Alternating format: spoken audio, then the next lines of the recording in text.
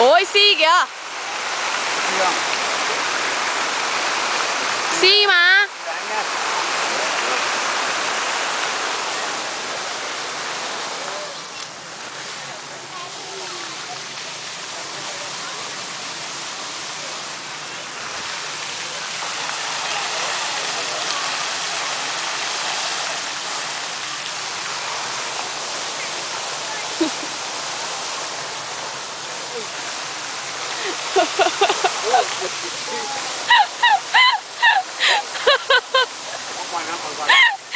Con không biết, hình như là không có, chỉ có mỗi khăn thôi.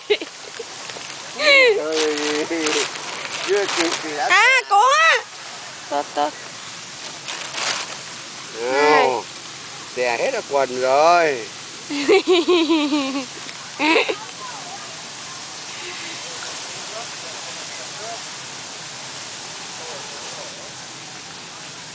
Đúng không? À cái khăn này là khăn lau mồm à? Đây đây, quần đây.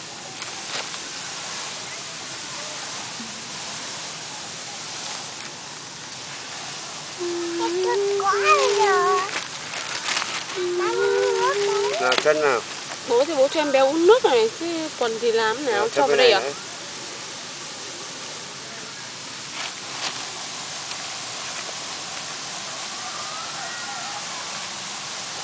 Uống nước này, em bé uống nước này, cầm đấy.